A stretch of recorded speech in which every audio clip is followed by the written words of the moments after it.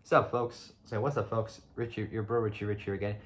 Today in this video is now part 3 on the Mercury Cyclone. So without any further ado, let's continue. So the next one is the Gen 3 from 1960, from 68 to 69. So starting off with the first one is 1968. So the 68 models dropped a comet from their name.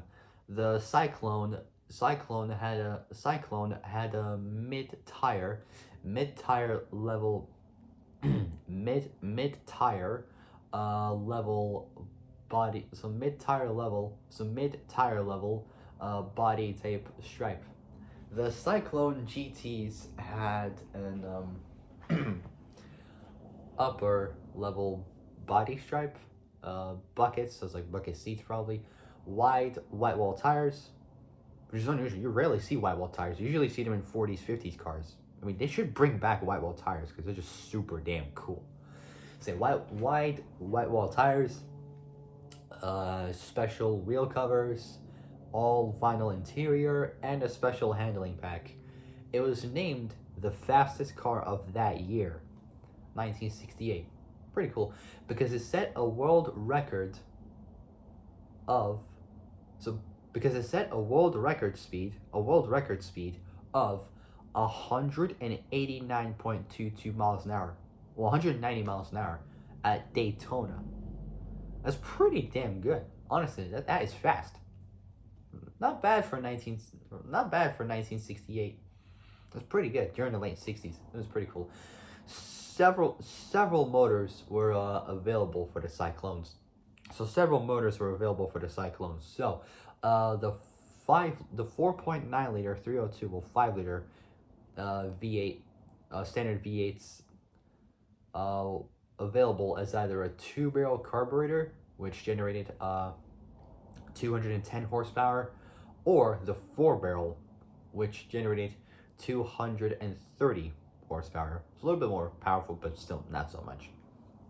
The 6.4 liter 390 V8, which was optional and standard for the GTs, and standard for the GTs available as either a 2-barrel carburetor, which generated 265 horsepower, or the 4-barrel carburetor version, which generated 325 horsepower.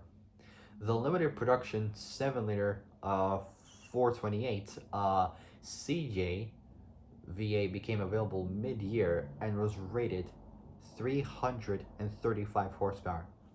That's pretty good. Next is 1969. So, in 69, the Cyclones had several V8 options, several motor options. The 4.9 liter 302 V8s available with 220 horsepower. Well, technically a 5 liter 305 V8 is available with 220 horsepower. The 5.7 liter 351 V8 had two versions. One with 250 one was 250 horsepower, and the other was 290 horsepower. Not too bad. And the 6.4 liter 390 the 6.4 liter 390 V8 the 6.4 liter 390 V8 so 390 the 6.4 liter 390 V8 for the GTs was available with 320 horsepower. Next is a spoiler. There is also a Cyclone spoiler version. So Cyclone spoiler version with a 6.4 liter 390 improved performance S code V8 that made with the 735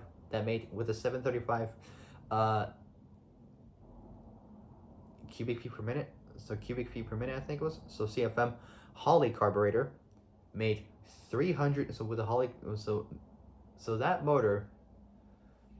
So there was also a Cyclone spoiler with a 6.4 liter 390 improved performance S code V8 that made with the 735 CFM, so cubic feet per minute, Holley carburetor, 325 horsepower. Not too bad.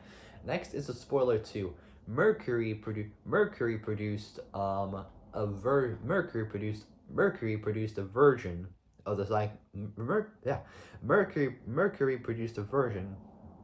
Mercury produced a version of the Cyclone for NASCAR. So for NASCAR. So spoiler 2, Mercury produced a version of the Cyclone for NASCAR called the Cyclone Spoiler 2.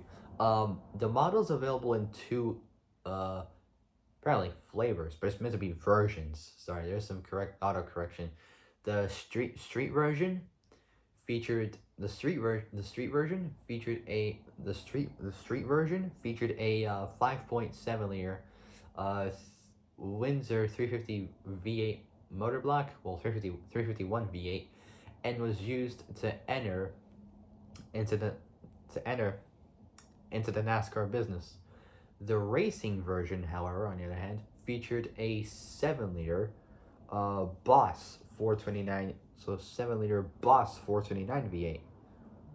So a 7-liter 429 Boss V8 motor, which was the same motor as the one in the 1969 Ford Mustang Boss 302. Last but certainly not the very least, we got is the Cobra Jet. Mercury also added a new model to the Cyclone line, the CJ, which is Cobra Jet. The CJ's V8 was a 7-liter 428,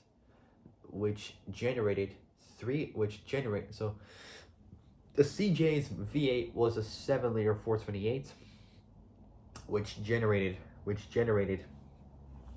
335 horsepower. The V8 had a ram air option, a 735 CFM. So CFM cubic feet per minute. Holley 4-barrel carburetor. Although the option showed no quoted difference in horsepower rating, the Cyclone CJ had the following enhancements over the Cyclone and Cyclone GT. It had a blacked out grille, dual exhaust. It had a blacked out grille, dual exhausts, 3.50 to 1, 3.50 to 1, or 3.5 to 1 axle ratio, motor dress up kit with chromed parts, hood stripes, and a competition handling pack. Alright, so for my next video will be about the Gen 4 from 1970 to 1971. So I'll see you guys in a bit. Peace.